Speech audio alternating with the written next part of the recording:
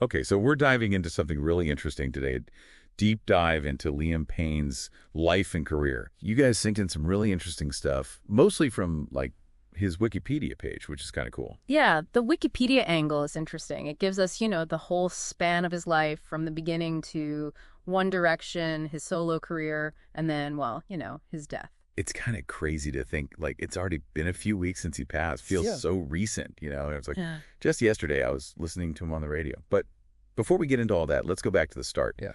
Liam Payne, this global superstar, it all kind of kicked off with One Direction, right? Yeah, for sure. But even before he was like a household name, his life had this back and forth between like really good stuff and real challenges, even as a kid. Totally. Yeah. I mean, you think about it, he was born premature and had like those serious kidney problems his whole childhood.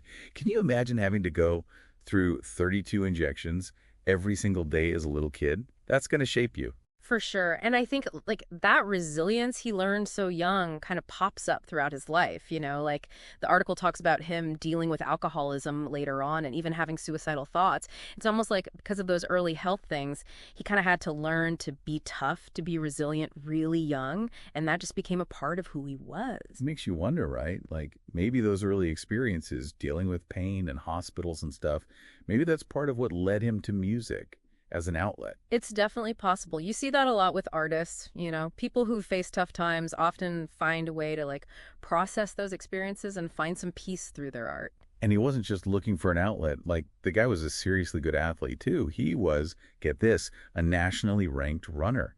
It's wild how someone can be so physically gifted and still face challenges like his ADHD diagnosis later on. Exactly. It just goes to show how like complex people are. We try to put people in these neat little boxes, but Liam Payne's life is a good reminder that people can be a whole mix of strengths and weaknesses. Speaking of challenges, let's talk about his time on The X Factor. I mean, getting sent home by Simon Cowell at 14, only to be asked to come back later, that's like a whole emotional roller coaster. Oh, totally. Can you imagine? You're a teenager, you've got these huge dreams, and then someone like Simon Cowell tells you no. But the thing is, even then, Cowell saw something in him. Even at 14, he knew there was talent there, even if it needed a little more time. And wow, did it develop. When Liam went back to The X Factor a couple of years later, it was like Cowell was blown away. What do you think he saw in that second audition? What made him realize that Liam, along with the other guys, could be this like massive global thing?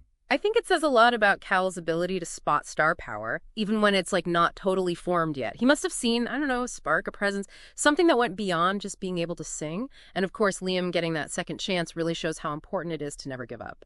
Sometimes a no is just a not yet. And that not yet turned into a huge yes. One Direction's success was unbelievable. We're talking #1 albums, selling out stadiums, fans all over the world.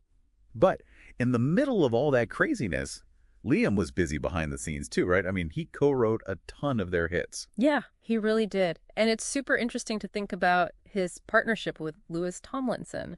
They were quite the songwriting duo, each bringing their own thing to the table. Yeah, it's like one of them's good at this, the other one's good at that, put them together and boom, hit song, right? Yeah. It just shows you like the power of collaboration. But, even with One Direction totally killing it, Liam was already kind of branching out, wasn't he? Oh, totally. Yeah. He was getting into producing, even like remixed a Cheryl Cole song. He called himself Big Payno for that one. Can you believe it? It's almost like a hint at what was to come, right? Yeah. He always had that drive to like experiment with different sounds. Yeah, and it's cool to see how those early experiments kind of led to his solo stuff. Like he starts out with these remixes kind of under the radar, and then bam, he's mixing pop and R&B and even some electronic music in his solo career. And his musical influences. Chris Brown, Usher, Justin Timberlake. I mean, talk about legends. But the one that always sticks out is Pharrell Williams. Oh, for sure. Pharrell was a huge influence. He really encouraged Liam to, push boundaries and try new things musically. There's that story about Liam thinking he was like too old to learn guitar at 22. And then he finds out Pharrell didn't even play any instruments at that age. It's a good reminder that sometimes we limit ourselves. So true. It makes you think about how important role models are, especially in music. Having someone like Pharrell who basically said, screw the rules, I'm doing it my way, probably gave Liam that confidence to find his own sound. Totally. It's like we're never too old to learn something new or to just try something different, even if it scares us a little. And speaking of stepping outside your comfort zone, Liam's life wasn't all about music, right? I mean, the guy was really into philanthropy too. Absolutely. He was super passionate about a lot of different charities like Comic Relief, UNICEF. He even became an ambassador for the UN's Sustainable Development Goals. That's amazing. It's so great when people with that level of fame use their platform to make a real difference. It says a lot about who he was as a person, you know? And it wasn't just those big international organizations. He really cared about his hometown, Wolverhampton. He even supported that Youth Zone project, the one that cost millions of pounds. Oh, yeah, that's right. Shows how much he wanted to give back to the community he came from. And of course, we can't talk about Liam's life without talking about, his relationships. The Wikipedia article mentions his high-profile relationships with Cheryl Cole, their son, and his engagement to Maya Henry. Yeah, it seems like the people closest to him really loved him, you know? And while we don't want to get into gossip or anything, it's important to remember that he was dealing with all those relationships with the whole world watching, which I can't imagine how difficult that must have been. It's tough, right?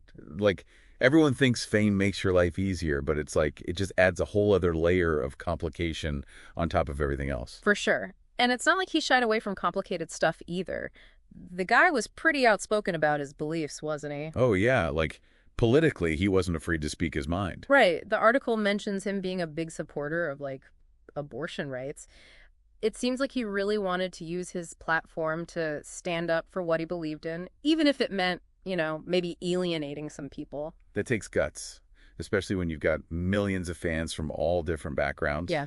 But it also makes, his death that much harder to process, It's still so hard to believe he's gone. Way too young. It's truly heartbreaking.